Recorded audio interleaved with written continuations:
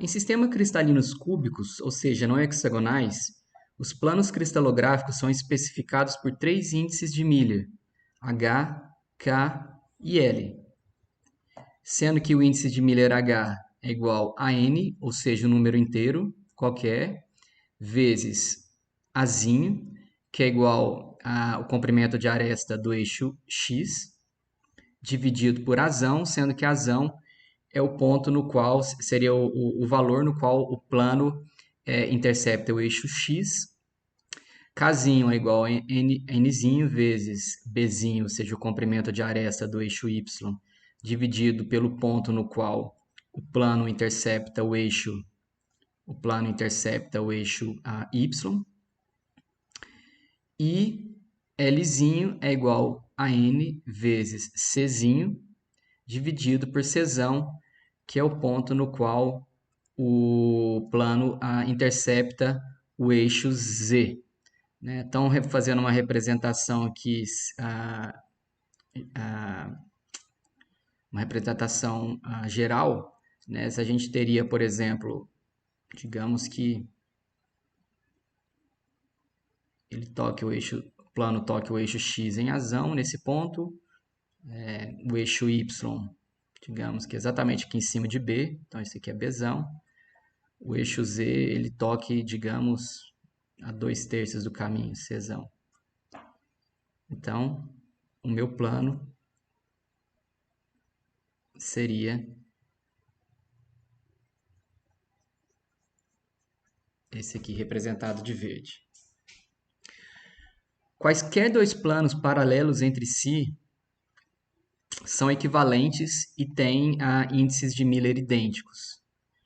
Então, eu poderia, por exemplo, transladar esse mesmo plano aqui em Y para o lado direito ou para o lado esquerdo, e os planos resultantes seriam representados pelos mesmos índices de Miller que esse plano aqui é representado. Também em Z e também em X. Por exemplo,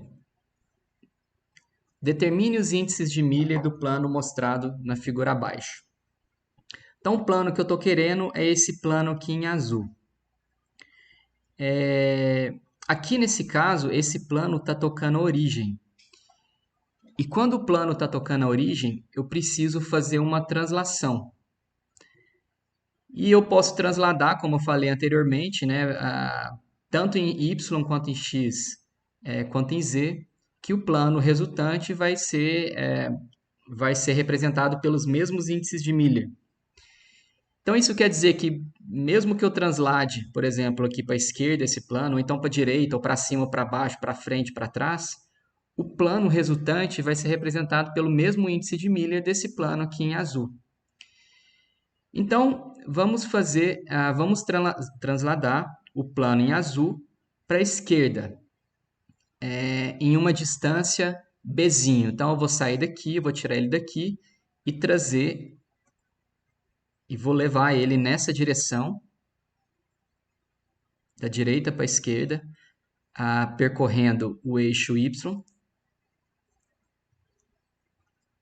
andando numa distância Bzinho. Se eu andei numa distância de Bzinho, então esse ponto aqui que anteriormente tocava a origem, agora ele vai tocar aqui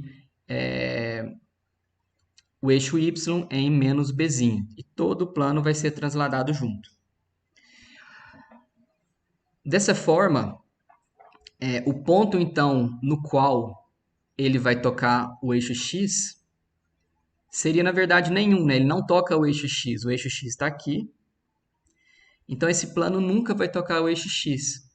Então, a gente diz, nesse caso, quando o plano não toca o eixo, determinado eixo, a gente diz que o plano toca esse respectivo eixo no infinito. Então, Azão, que é o ponto no qual o plano tocaria o eixo X, seria igual ao comprimento de aresta do eixo X, ou seja, Azinho, vezes infinito. Ele toca o eixo Y em menos Bzinho, ou seja, Bzão é igual a menos Bzinho. E ele toca e ele toca o eixo Z em Czinho sobre 2. Então, aqui é o mesmo valor que já está aqui. Toca o eixo C em Czinho sobre 2, então Czão é igual a Czinho sobre 2. Supondo então que n seja igual a 1, e utilizando das equações 2.12, 2.13 e 2.14, eu posso calcular os índices de Miller H, K, L. H, o índice de Miller H vai ser igual a N, que é igual a 1, vezes Azinho dividido por Azão, e Azão é igual a infinito vezes Azinho. Ou seja, H tende a zero, já que eu tenho infinito aqui no denominador. Kzinho vai ser igual a 1 vezes Bzinho dividido por Bzão, que vale menos Bzinho. Então, Kzinho é menos 1. E L vai ser igual a 1 vezes Czinho dividido por Czão, que é Czinho sobre 2, ou seja, 2. Estamos, então, falando do plano 0 menos 1. Lembrando de colocar, quando é valor negativo, eu tenho que colocar, não posso colocar o menos aqui na frente, eu coloco a barra aqui em cima do número. 2. Então, um plano 0, menos 1 e 2. Esse é o índice de Miller, então, para esse plano azul. É o índice de Miller para esse plano verde. E seria também, por exemplo, um índice de Miller para um plano que tivesse sido deslocado, por exemplo, para cá, na direita. Aqui teria deslocado aqui em B, por exemplo. Então, esse mesmo plano, esse plano aqui, também teria esse índice de Miller 0, 1 e 2. Assim como planos deslocados em Z, nas duas direções, também como em X, nas duas direções.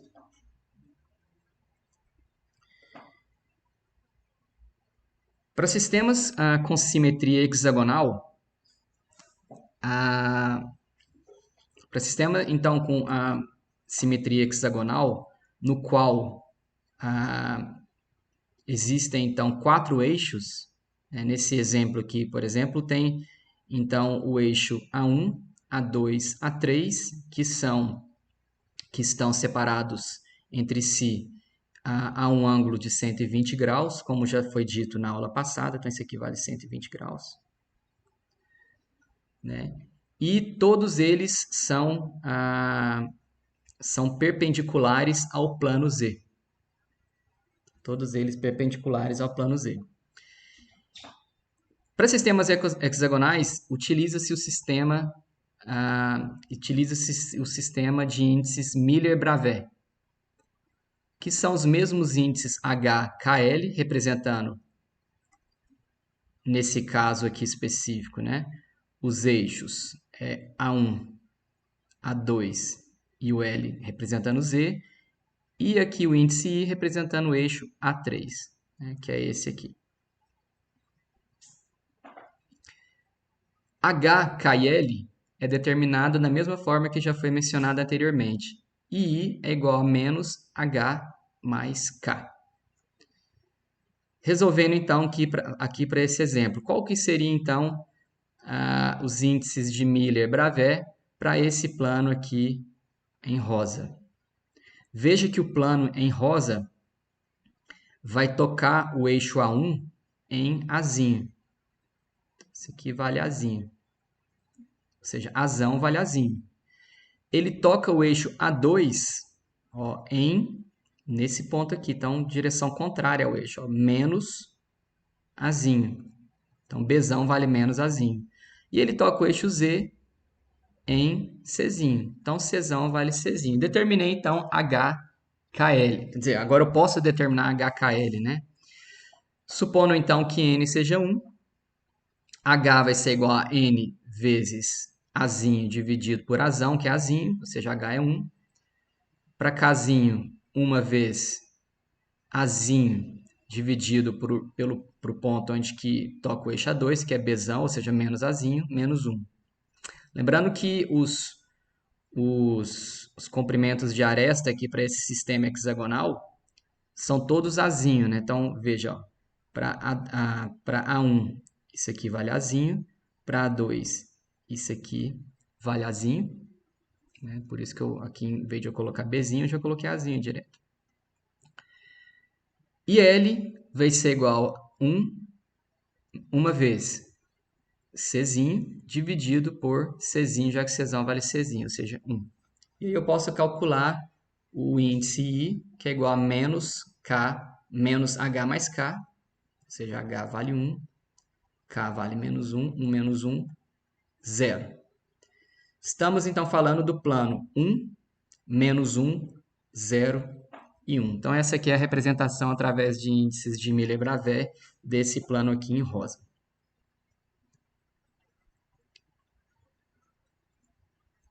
Uma outra variável importante para a gente vai ser a distância interplanar, denominada DHKL. É a distância entre os planos.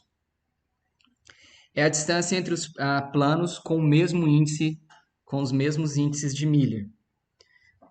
Né? Sabendo, por exemplo, que nós sabemos que os planos paralelos são representados pelo mesmo índice de Miller, como, por exemplo, aqui. Quando eu digo quando eu estou querendo saber determinar a distância interplanar entre dois planos, então, o que eu quero é passar aqui uma linha que seja normal a esses dois planos, um vetor normal a esses dois planos aqui. Né? Então, essa aqui, deixa eu colocar em preto. Então, esse aqui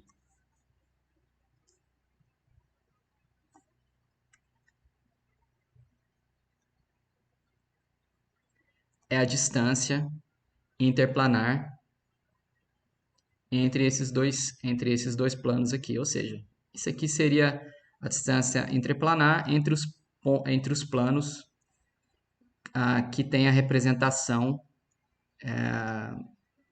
que tem os índices 0, menos 1 e 2.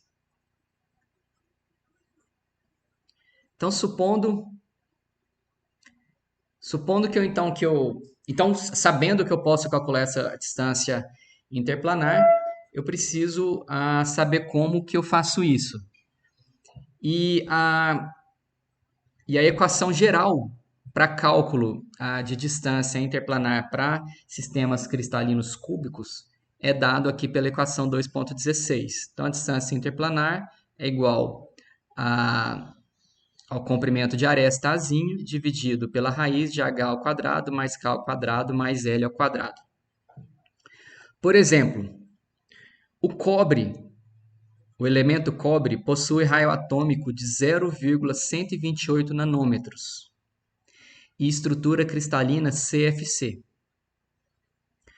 Qual é a distância interplanar para o conjunto de planos 1, 2, 1 dessa estrutura aqui, que está sendo dessa estrutura CFC do cobre?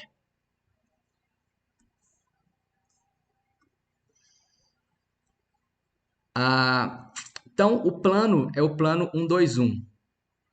Isso quer dizer que H é igual a 1. E eu sei que H é igual a N vezes Azinho dividido por Azão. Esse aqui é um sistema cristalino cúbico. Isso quer dizer que os comprimentos de aresta para x, y e z todos valem A. Então, isso aqui vale Azinho, aqui vale Azinho, e aqui também vale Azinho. Se, novamente, né, n é igual a 1, consequentemente, eu tenho que Azão é igual a Azinho. Eu sei, então, que esse plano aqui, ele corta o eixo x em Azão é igual a Azinho, ou seja, ele está cortando exatamente aqui, nesse ponto. Eu sei que K vale 2. E K é igual a N, Bzinho, que é igual a Azinho nesse caso, então N Azinho dividido por Bzão. Já que N vale 1, eu tenho então que Bzão é igual a Azinho sobre 2. Bzão é igual a Azinho sobre 2. Ele vai cortar o eixo Y, então, aqui no meio dele, no meio da célula. E L vale 1, que é igual, já vou substituir direto aqui, Azinho dividido por Czão, né? E Czão é igual a Azinho. Ou seja, nesse ponto aqui. Então, o plano que a gente está representando é esse aqui. Esse aqui é o nosso plano. Tá aí o nosso plano. Azão aqui, que é Bzão, e aqui é Czão.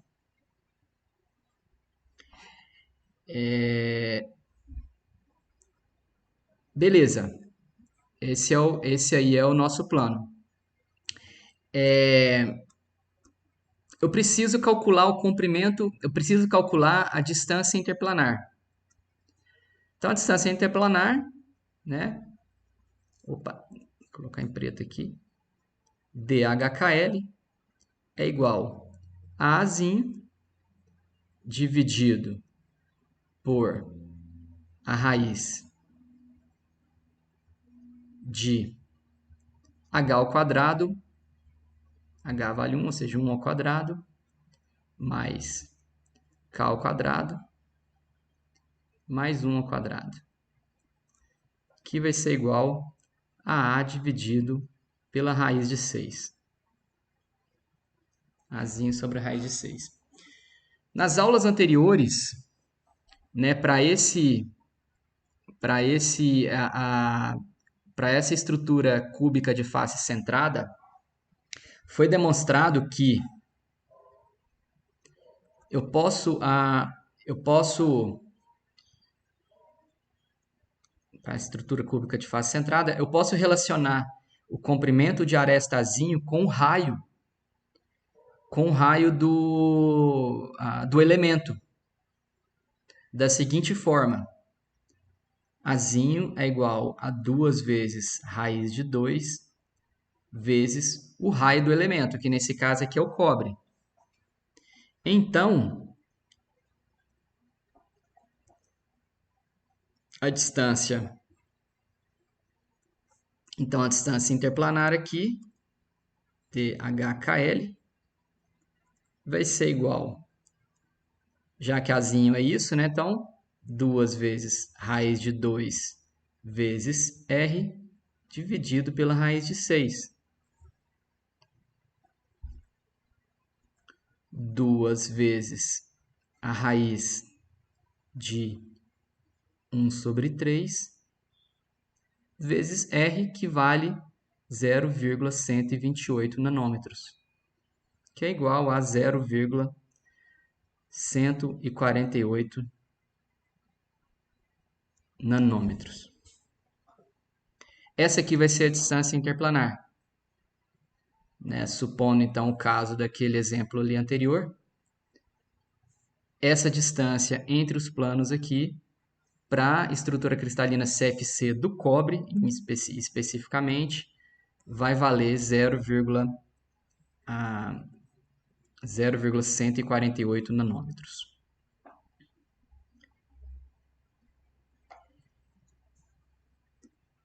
Outras variáveis importantes são as densidades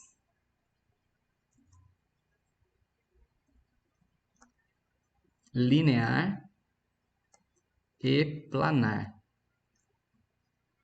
As densidades linear e planar. Então, para explicar essas duas variáveis, eu vou lançar mão aqui de algumas figuras. Essas duas aqui.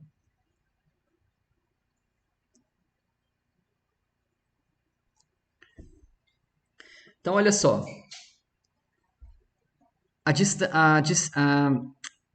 A direção cristalográfica menos um e zero está sendo representada aqui por essa seta vermelha. Então, essa aqui é a distância cristalográfica, a direção cristalográfica, menos um e zero. Menos um e zero. Nesse caso aqui, essa é a direção cristalográfica menos um e zero, sendo representada numa estrutura cristalina cúbica de face centrada. Enquanto aqui embaixo, né, eu tenho essa mesma direção em uma estrutura cristalina cúbica de corpo centrado. Então, fazendo aqui um corte transversal aqui a esse plano aqui de baixo, né, sobre exatamente essa direção menos um, zero, eu daria origem a esse plano que está representado aqui na figura. Vamos colocar uma coisa mais clara aqui. Esse plano em amarelo aqui. E aqui embaixo também. E esse aqui é o plano. Esse aqui vai ser o plano 1, 1. Esse aqui é o plano 1, 0.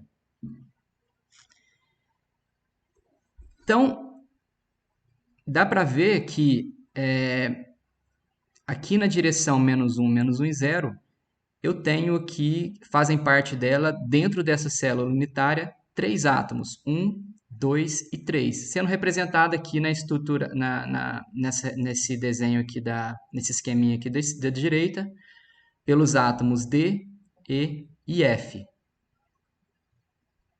Já aqui, para a estrutura cristalina cúbica de corpo centrado, eu só tenho 2 átomos, ó, que são D e E. Então, essa aqui é a direção. Já em relação ao plano 1, 0, fazem parte desse plano aqui os átomos A, B, C, D e F. Enquanto que aqui para a estrutura cristalina cúbica de corpo centrado fazem parte o A', B', C', D' e E', como representado aqui. A densidade linear, que eu vou chamar de DL, vai ser igual ao número de átomos, vai ser igual ao número de átomos centrados no vetor direcional, número de átomos centrados no vetor,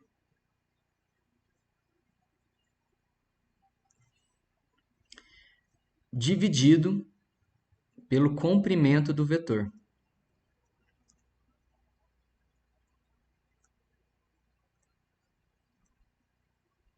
Dividido pelo comprimento do vetor. Essa aqui é a equação 2.17. Então, para a estrutura cristalina cúbica,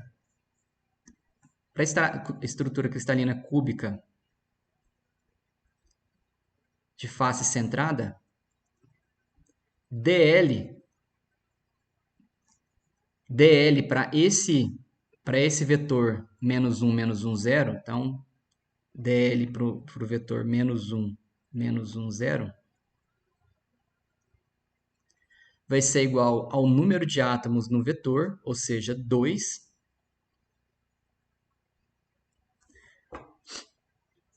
dois átomos. Por que 2 átomos? Porque eu tenho aqui um átomo inteiro, mais metade desse e mais metade desse. Ou seja, 2 átomos dividido pelo comprimento desse vetor. Que eu vou trabalhar o comprimento desse vetor aqui em relação ao raio. Então, eu tenho 2 raios, mais um raio, ou seja, 4 raios.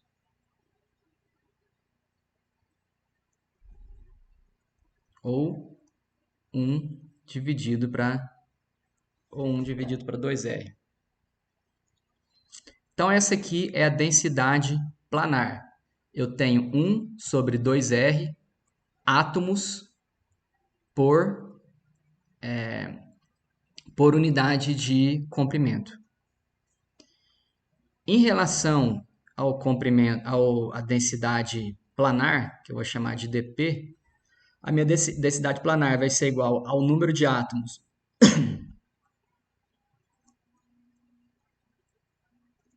centrados no plano, dividido, agora, analogicamente, pela área do plano.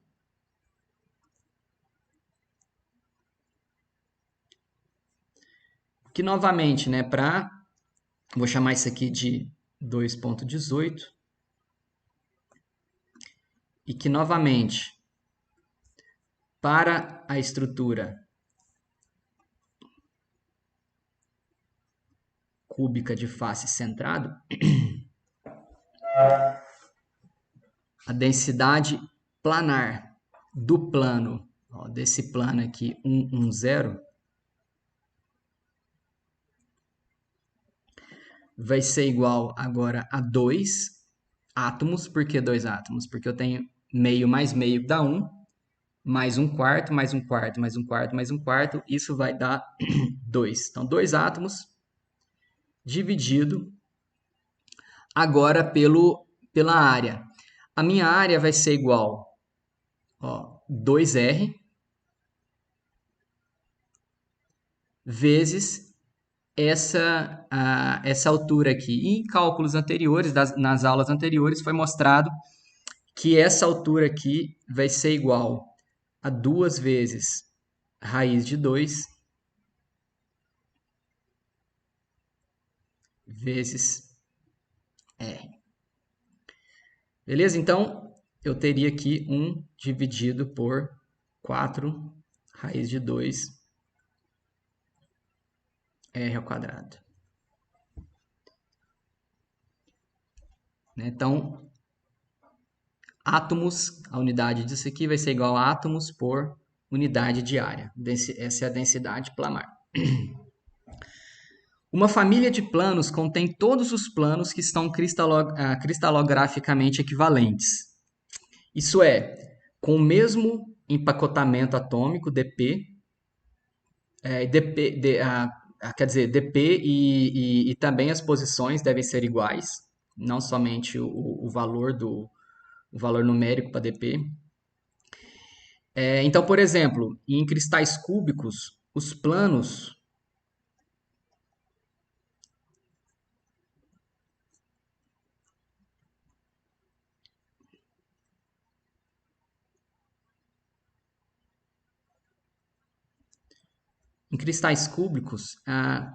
os planos, por exemplo, 1, 1, 1, menos 1, menos 1, menos 1, menos 1, 1, 1, e entre outros, fazem todos parte dessa mesma família de planos 1, 1, 1. Veja que a família de planos ela é designada pelos índices HKL entre colchetes. Então, quando você tem os índices HKL entre colchetes, isso está, na verdade, representando uma família de planos, e não um plano em si.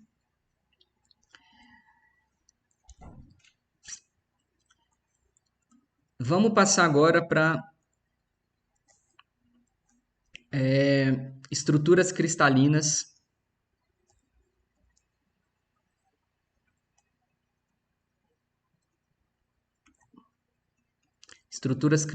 fechadas.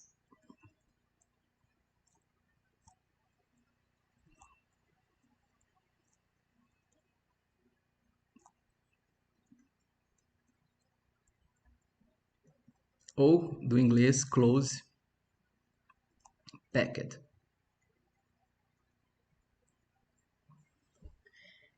As estruturas cristalinas fechadas, ou close packed, são aquelas com o maior fator de empacotamento possível.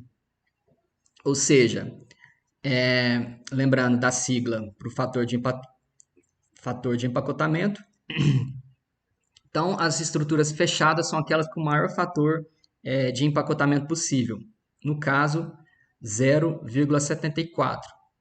Vide as estruturas CFC e a estrutura hexagonal. Né? Então, fator de empacotamento, lembrando, igual a 0,74, isso quer dizer que 74% do volume da célula está ocupada pelos átomos. Suponha o plano fechado.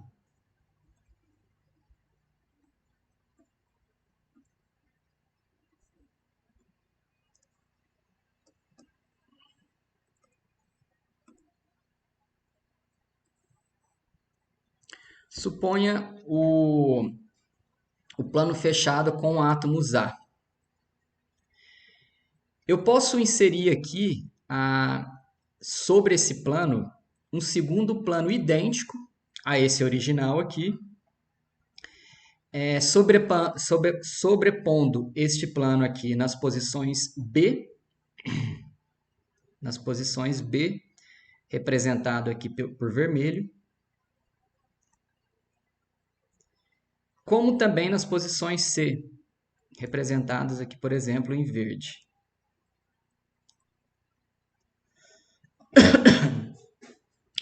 Vamos supor, então, que eu sobreponha um plano idêntico a esse plano com esses átomos A, exatamente sobre as posições B.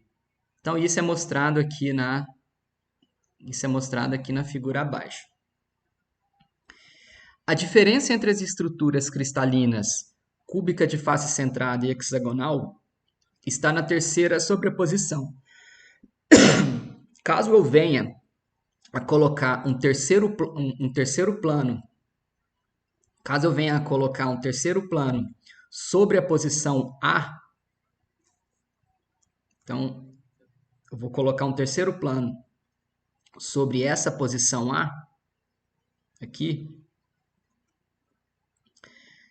Se eu fizer isso, eu gero uma estrutura hexagonal. Caso o terceiro plano venha a ser colocado sobre as posições C, eu gero uma estrutura cúbica de face centrada, assim como representado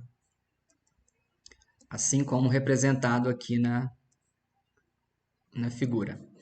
Então veja que aqui no HCP eu tenho o plano A,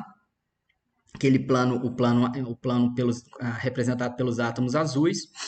Eu coloco então o segundo plano aqui nas posições B. E o terceiro plano eu volto a colocar nas posições A, né, exatamente sobre os átomos do primeiro plano. Eu construo então uma estrutura cristalina hexagonal. Por outro lado, se eu fizer a primeira substituição nas posições B, mas a terceira posição seja feita na posição C,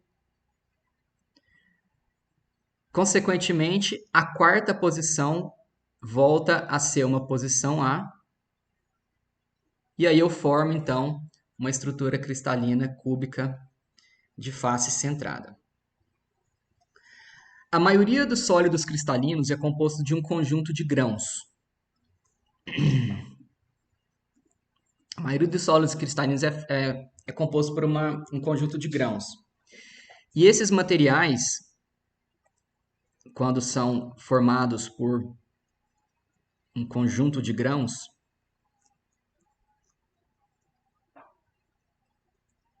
são denominados policristalinos.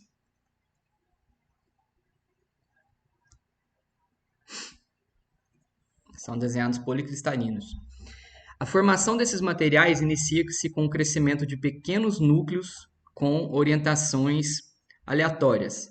Então, por exemplo, vamos colocar os átomos em alguns pontos aqui aleatórios.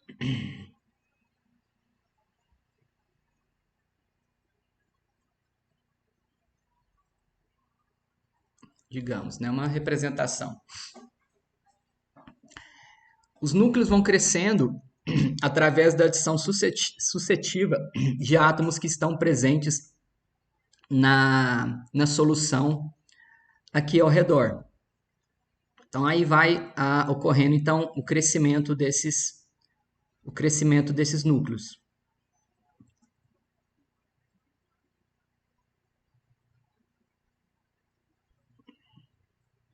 Né? Respeitando aqui suas respectivas estruturas cristalinas. A direção cristalográfica, inclusive.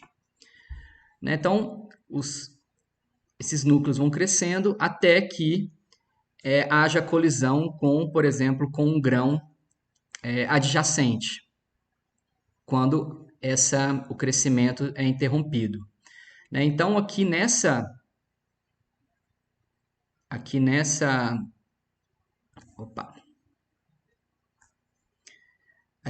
vizinhança aqui entre os grãos, existem, então, são formados então cristais com o mesmo sistema cristalino, porém com orientações diferentes. Né? E aí, como já foi mostrado em aulas anteriores, os átomos, então, aqui nas extremidades, possuem, então, uma energia superior aos átomos que estão aqui no interior de cada grão. Então, esses são denominados materiais policristalinos. Ao contrário dos materiais que não são policristalinos, nós temos os cristais únicos. Sistemas de cristais únicos. Os sistemas de cristais únicos ocorrem quando o crescimento, o arranjo periódico dos átomos vai ser perfeito. O que geralmente não acontece, na natureza. Formando então esses cristais únicos, ou então no inglês chamado de single crystal.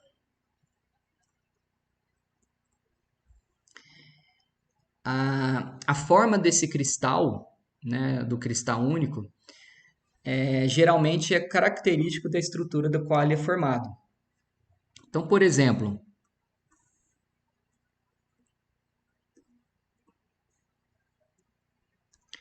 aqui na esquerda, tem a imagem de um cristal único de pirita.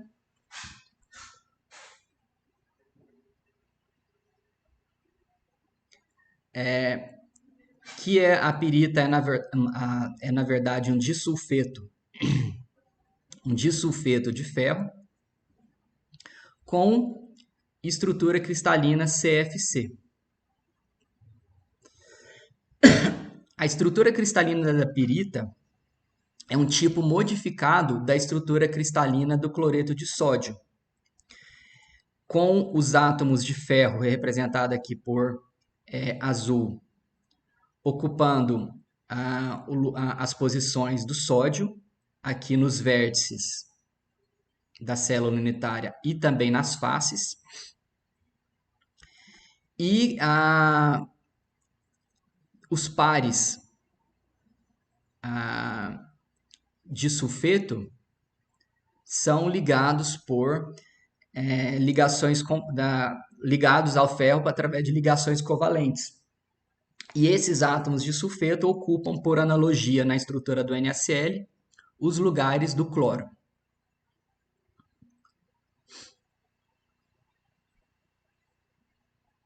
Então, dá para perceber que na estrutura cúbica aqui da pirita, como isso aqui é um cristal único, um single crystal, ele assume macroscopicamente, né, aquilo que microscopicamente seria também uma estrutura cúbica.